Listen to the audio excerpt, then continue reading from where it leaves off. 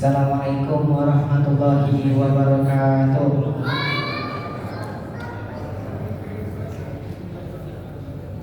Alhamdulillahirabbil alamin. Arsalna rasulahu bil huda wa dinil haqq liyudhhirahu 'ala dinihi wa kafaa billahi shahida.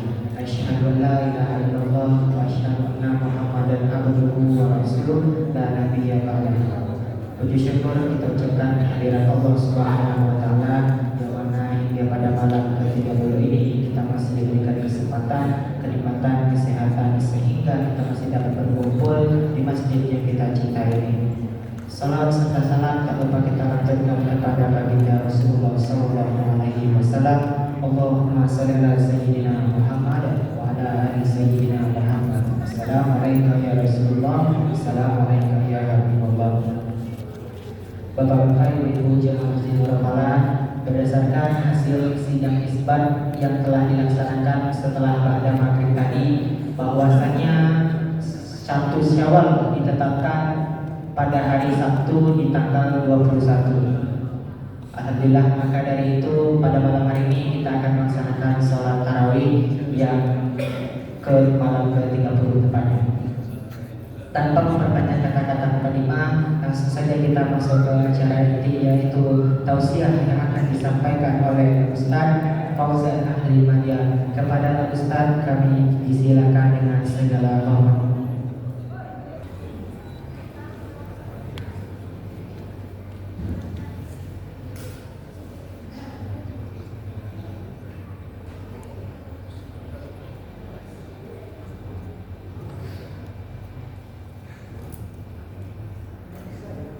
Bismillahirrahmanirrahim. Assalamualaikum warahmatullahi wabarakatuh. Waalaikumsalam warahmatullahi wabarakatuh.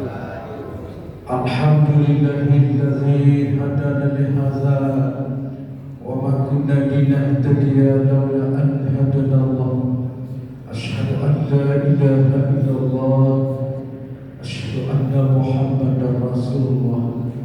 Allahumma salli ala sayyidina Muhammad wa ala ali sayyidina Muhammad. Amma ba'du. Faqala ta'ala fil Qur'anil Karim, a'udzu billahi minasyaitonir rajim. Bismillahirrahmanirrahim. Wa ma khalaqtul jinna wal insa illa liya'budun. Wa qala ta'ala fi ayatil ukhra, ya ayyuhalladzina amanu la tulhikum amwalukum wa la auladukum an dzikrillah wa man yaf'al dzalika fa ulaika humul khasirun. Sadaqallahu al-'azim. Pengurus Masjid Nurul Falah yang saya hormati, Bapak-bapak, ibu-ibu, kaum muslimin, kaum muslimat, jamaah tarawih rahimakumullah. Alhamdulillah, segala puji bagi Allah. Pada malam ke-30 Ramadan ini kita masih dikasih oleh Allah umur yang panjang, sehat walafiat, dan telah sampai kita berkumpul di Masjid Nurul Falah ini untuk melaksanakan salat Isya. Setelah salat Isya berjamaah dan mengadakan tausiah Ramadan, salat tarawih witir. Semoga amal ibadah kita selama bulan Ramadan diterima oleh Allah Subhanahu wa taala. Amin ya rabbal alamin. Salam dan salam serta berkah disampaikan kepada arwah junjungan kita Nabi besar kita Muhammad sallallahu alaihi wasallam dengan melafazkan Allahumma shalli ala sayyidina Muhammad wa ala ali sayyidina Muhammad. Bapak Ibu yang saya hormati, saya perhatikan beberapa masjid akhir-akhir Ramadan ini sudah banyak yang datang. Tapi alhamdulillah Masjid Nurul Falah cahaya kemenangan artinya masih ramai masjid kita. Amin. Semoga kita istiqomah di dalam menjalankan amal soleh, dan semoga istiqomah di dalam menjauhi segala Allah. Bapak Ibu yang saya hormati, pada malam akhir Ramadan ini penutup tausiah Ramadan, tapi agak panjang sedikit sampai selesai kita berhenti. gak banyak-banyak keadilan. Perlu kita ketahui bahwa untuk mengumpulkan amal ibadah, mengumpulkan amal soleh dengan sebanyak-banyaknya, dan mengumpulkan kebaikan-kebaikan dengan sebanyak-banyaknya. Kalau di rekening disebut saldo, apakah saldo kita untuk menuju surga Allah telah cukup apa belum? Kalau kita orang Pariaman pulang balik pakai mobil harus ada uang 600.000, itu baru pulang balik pakai mobil. Kalau udah makan ada minum itu 1 juta pulang balik, itu ke Pariaman. Istri saya orang Pariaman, itu cerita Pariaman. Kalau kita ke Jakarta itu 5 juta pulang balik. Tapi kalau menuju surganya Allah Subhanahu wa taala, perlunya kita amal soleh dengan sebanyak-banyaknya. Jadi perlu kita ketahui bahwa Allah khalaqal jinna wal insana illa liya'buduni, tidaklah kuciptakan jin manusia kecuali untuk beribadah kepada Allah Subhanahu wa taala. Artinya kita dalam hidup ini diperintah Allah untuk senantiasa beramal soleh dan menjauhkan diri kita sekuat tenaga untuk terhindar dari perbuatan dosa. Bapak Ibu yang saya hormati, bahwa insya Allah hari Sabtu kita akan melaksanakan sholat Idul Fitri. Itulah hari kemenangan kita selama kita menjalankan puasa di bulan Ramadan. Semoga puasa kita diterima oleh Allah, tarawih kita diterima oleh Allah, witir kita diterima oleh Allah, dan semoga kita suami istri langgeng-langgeng saja, kita dengan menantu dengan cucu kita aman-aman saja. Pokoknya kalau kita pulang kampung jangan sampai gak titip rumah sama tetangga yang tinggal. Karena tahun dulu ada teman saya Ustaz Sulaiman ditinggalkan rumahnya di Duri, mertuanya tanpa memberitahu kepada tetangga sebelah, balik dari sini ke Duri dan kosong isi rumahnya. Ditanya orang, kok dibongkar rumah Pak? Dia orang Maliang, kok dibongkar rumah, dipindahkan barang. Saya pindah rumah lagi. Dia orang Maliang. Nah, jadi awal kalau pulang kampung ditinggal rumah sama tetangga yang tinggal. Bapak Ibu yang saya hormati, untuk melestarikan amal ibadah kita di bulan Ramadan ini, setelah Ramadan hendaknya amal-amal ibadah kita di bulan Ramadan terbawa juga di luar Ramadan.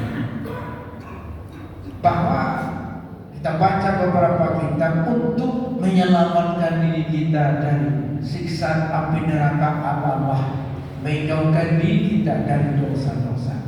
Kalau sudah terhindar diri kita dari dosa-dosa, sudah baguslah kita. Dan dirikan sholat 5 waktu, kewajiban kita, dan hindarkan diri kita dari dosa-dosa, insya Allah selamat kita. Lebih-lebih dosa-dosa besar jangan sampai kita lakukan. Ada 3 hal yang perlu disampaikan kepada jamaah Nurul Balah tausiah kita pada malam ini. Pertama sekali, tinggalkan sifat sombong. Yang kedua, tinggalkan caci memaki.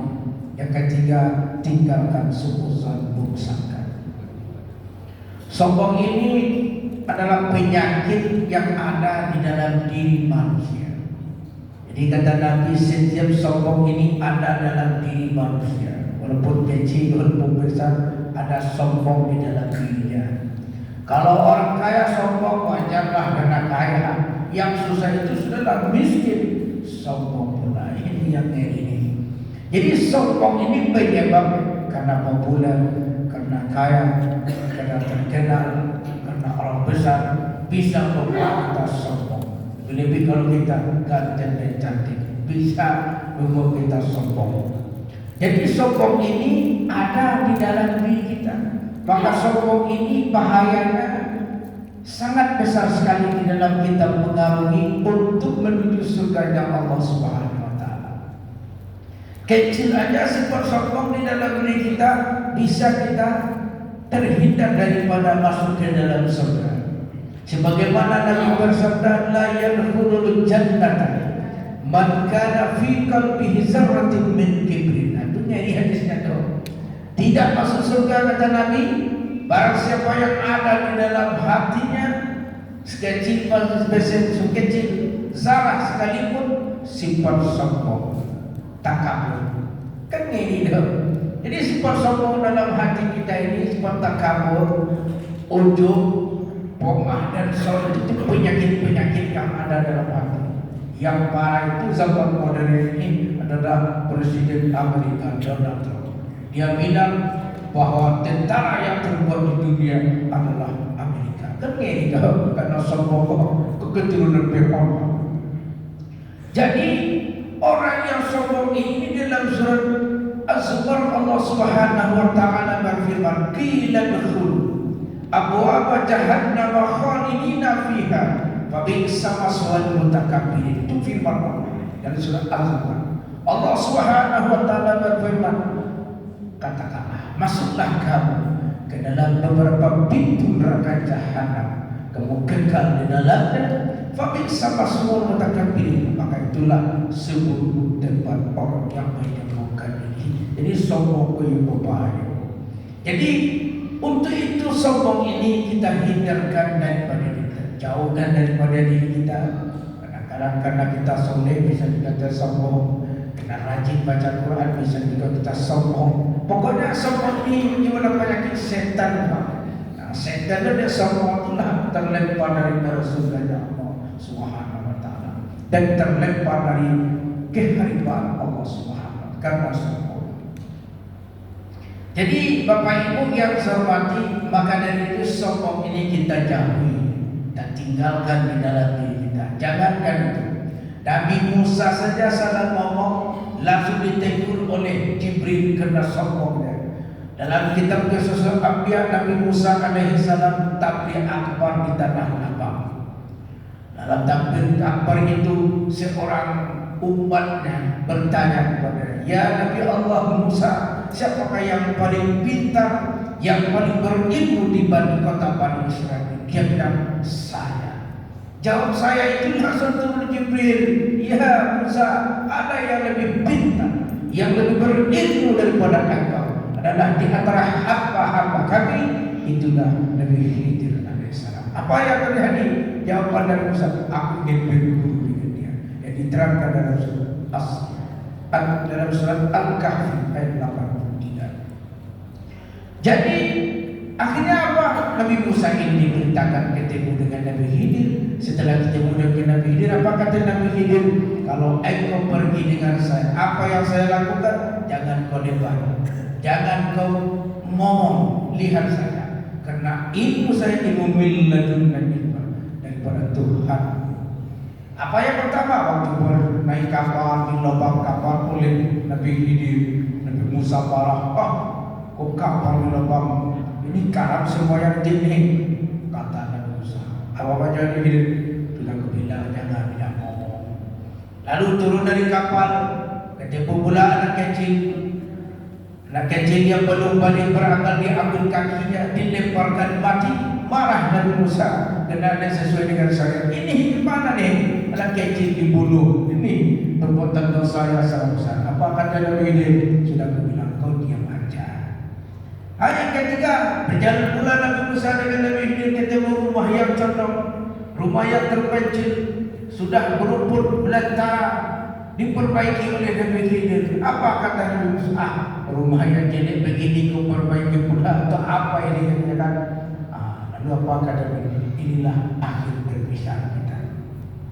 Lalu dicarakan oleh Nabi Khidir, kenapa kapal itu saya lubang? Karena kapal ini, kalau bagus kapal ini akan ditangkap oleh penguasa di sana. Kalau dia dilubang, walaupun dilubang airnya akan masuk, tidak karam kita, supaya jangan ditangkap kapal ini. Karena kapal ini punya orang fakir miskin bersaudara 7 orang. Dengan inilah hidup berkeluarga di rumah tangganya.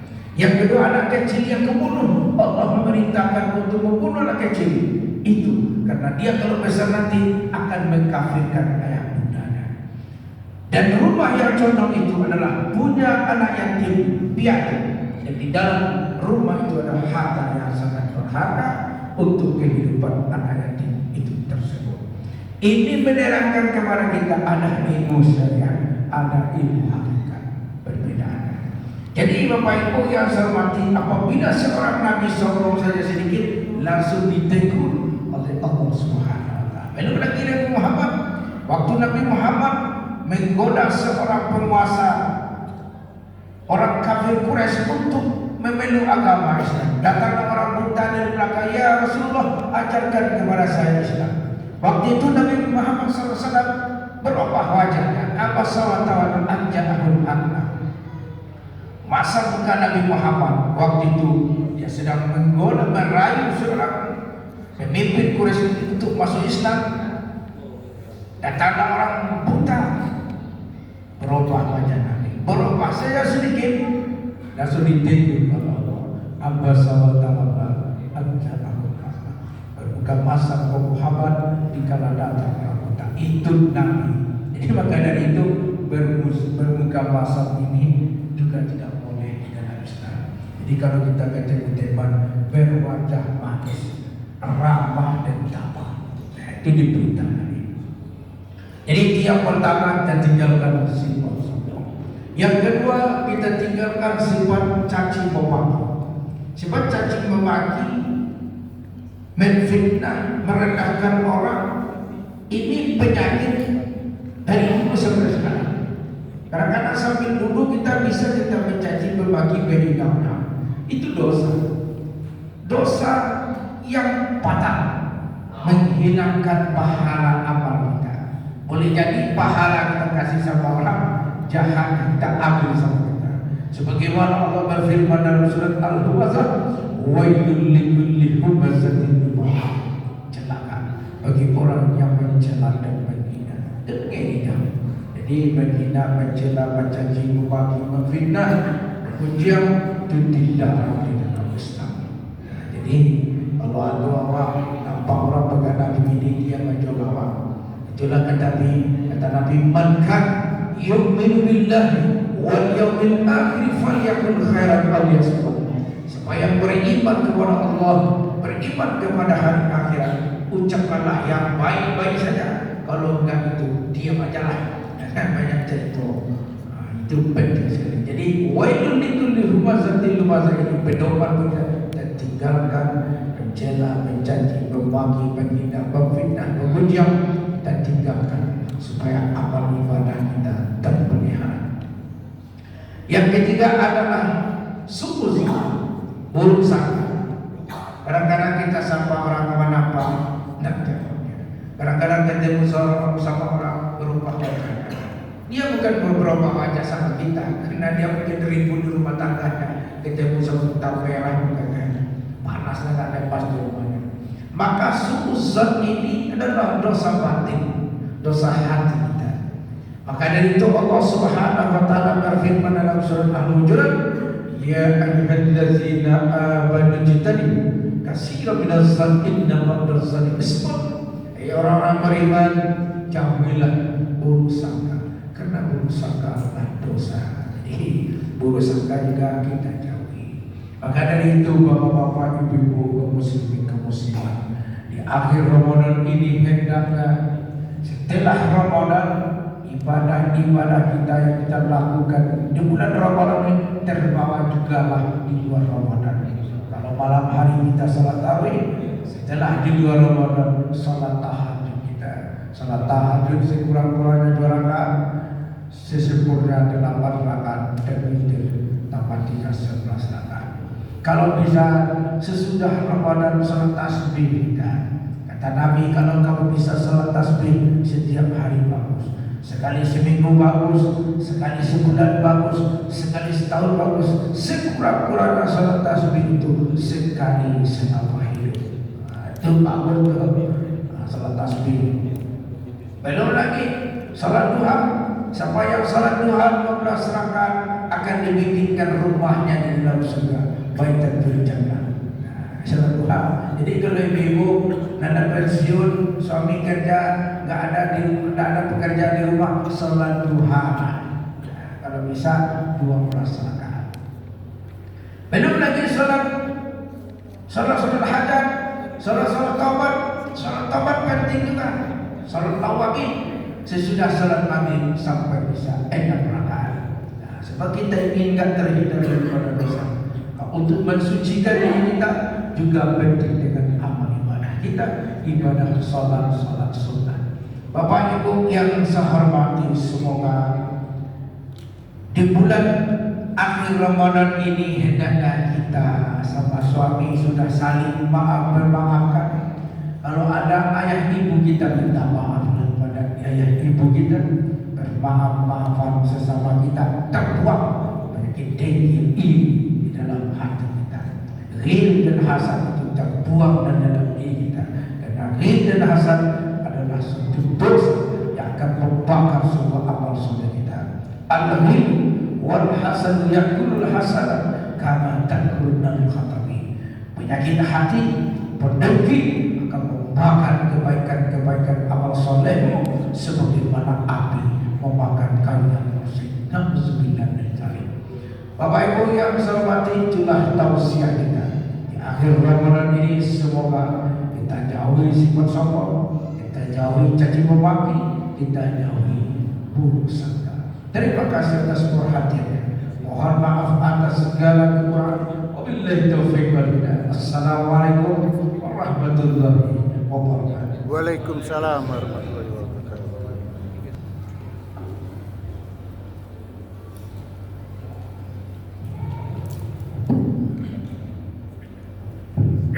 Alhamdulillah, terima kasih kami ucapkan kepada Ustaz yang telah menyampaikan tausiahnya pada malam hari ini. Semoga apa yang disampaikan Ustaz dapat bermanfaat dan kita jadikan pedoman dalam kehidupan sehari-hari. Amin, amin ya rabbal alamin.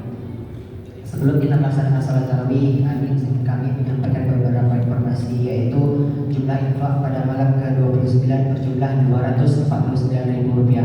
Alhamdulillah, kami ucapkan kepada Bapak Ibu jemaah Masjid Al-Falah yang telah berinfak dan bersedekah, semoga yang diinfakkan, diingatkan, dijabah oleh Allah Subhanahu wa taala. Al-Fatihah.